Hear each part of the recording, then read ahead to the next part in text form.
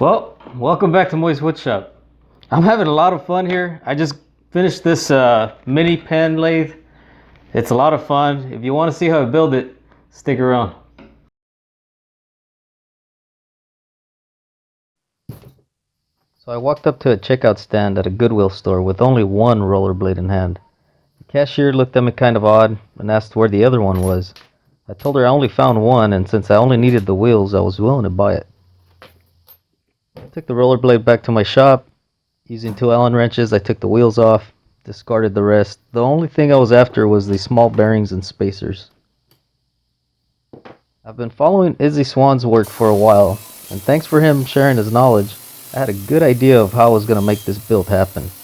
So thank you, Izzy, for being an inspiration for this build.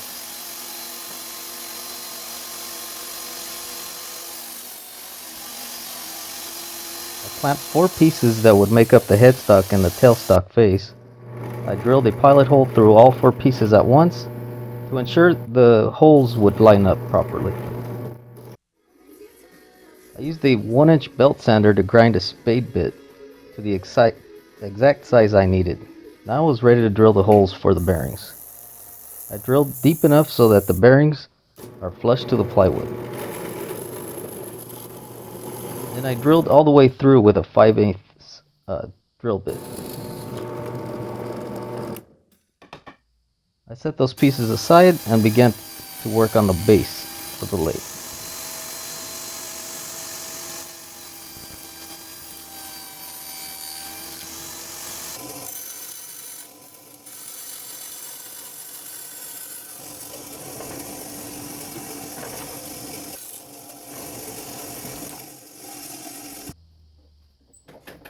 I set my table saw to 45 degrees and began to work on what would become the slide system for the adjustable tailstock.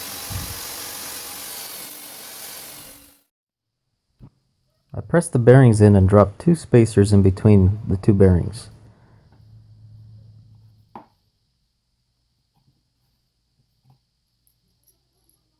used a 5/16 bolt and a couple of 5/16 nuts for the headstock.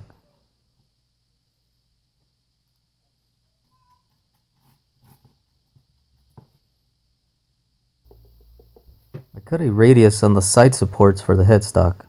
I then glued and pin nailed them in temporarily, just to hold everything in place while I made sure everything was square.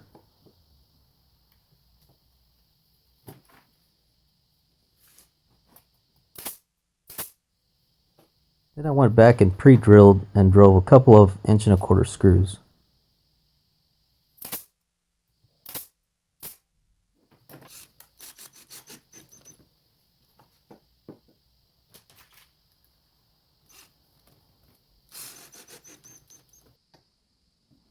Using a tap and die set, I cut 1/4 inch by 20 threads on the end of the 5/16 bolt. About a 1/2 inch of the 1/4 threads is all I needed. Now I was ready to work on the sliding tailstock. I glued and nailed one rail with a single 45-degree bevel. Then I wrapped a piece of paper around the piece with the opposing bevels, and this is done just for spacing so it slides freely. Once you're happy with the fit, then you could go ahead and glue and nail the last rail. I went back, pre-drilled, and drove a couple of screws. I drew a quick radius on the supports for the tailstock, and I just cut them out on the bandsaw. Once I had one cut, I used that piece as a template and cut the second one. I made sure not to get any glue on the stationary rails. I glued the back supports and drove a couple of pin nails just to hold everything in place. This is where I thought I could take a shortcut and only use one bearing and one faceplate. I was mistaken. I had to throw this piece in the trash. I just couldn't get it to track right. So I made a second piece using the same system as I did for the headstock.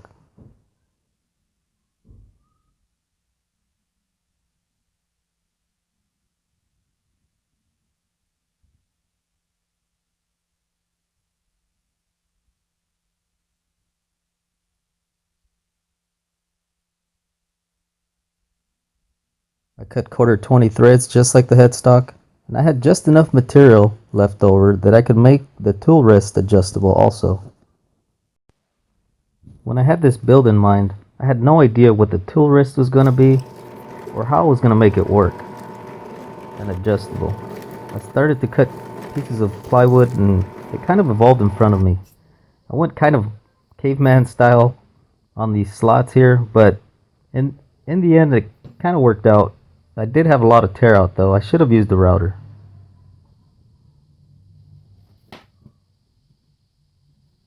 Just made sure everything was square, pin nailed, same process as I've used so far, and then go back and pre-drill and drive some screws in.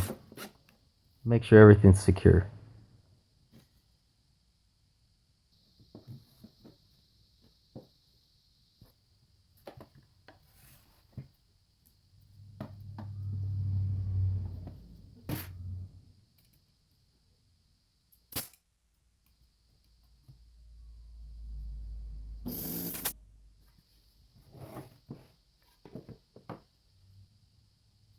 I wanted to be able to secure the drill lathe to a work surface, so I added a sub base, which is oversized to the original base. I needed to be able to secure the drill in a way that would allow easy removal, since I do use this drill occasionally. I created this assembly and made sure this whole assembly could be removed if I ever wanted to use a different drill. Of course, if you wanted to use a different drill, you would have to make another assembly, but that shouldn't be hard to do. I didn't have 3/8 dowels in the shop, so a paintbrush was a good alternative.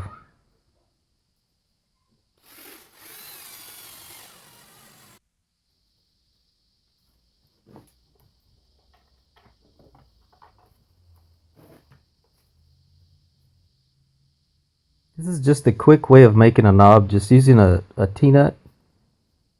Countersink the knob that you created, and then drill all the way through with 1/4 or 5/16, whatever the size T-nut you're using. These are just 5/16 carriage bolts, and this is going to allow for the tool rest to be adjustable on the height. Just use a couple of wing nuts and ready to go. This is the spur center, and all it is a 1/4" T-nut with the tabs bent forward. I prepared the workpiece by drilling a 3/16 hole and then threaded the entire workpiece to the lathe. I secured the tailstock, secured the drill, and made all the necessary adjustments.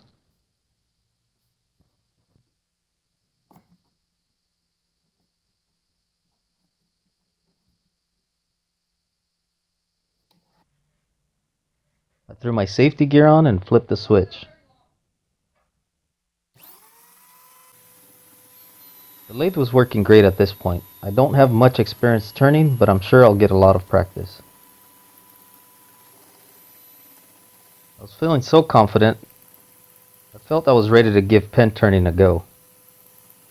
I used a 1/4 20 threaded rod as a mandrel, and set up the mandrel with all the necessary bushings, and a couple of 1/4" nuts. At the end of the mandrel, there is a 1/4" coupling nut, and the entire assembly is threaded to the lathe. Almost immediately, I had a failure. I thought I over-tightened the assembly, so I gave it a second try. This time it was slipping. Another fail. If I tightened enough to prevent a slip, then I would get a blowout. I realized the threaded rod was not going to work, and I decided I was going to make my own mandrel. I started with a 3/8 steel rod. If I had a 5/16 steel rod, that would have been less material to remove, and obviously would have sped up the process. But that's all I had, so I chucked it into my drill lathe, used the 1" belt sander, and started grinding away. Once I got close enough, I just used a piece of 220 sandpaper, and eventually ended up with something that would work a lot better than the 1/4" 20 threaded rod.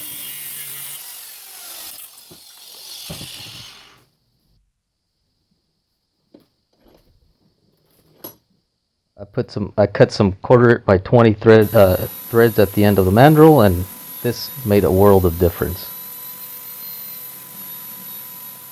And I eventually got my first pen, and then my second pen. I've got to say I'm really happy with the way this lathe works. Well, there you go. Pretty inexpensive way to get you turning pens like these, or anything else you want to turn. I'm not a turner by any means, but I've always wanted to learn how to do it.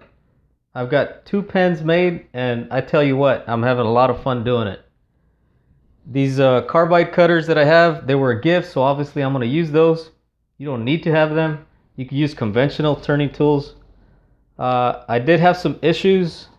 This one was mainly wood related. It had a big split down the middle.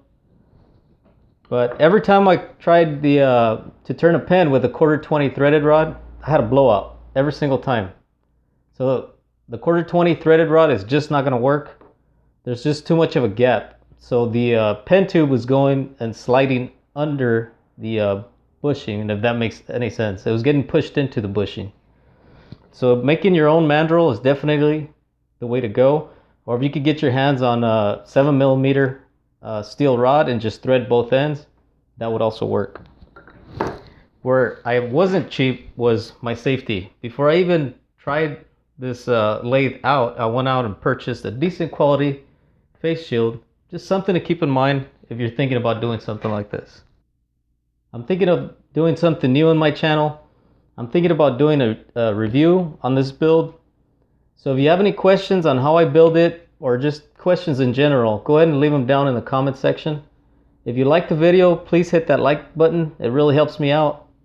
If this is your first time here, I'd love for you to subscribe, and we'll see you on the next one, guys.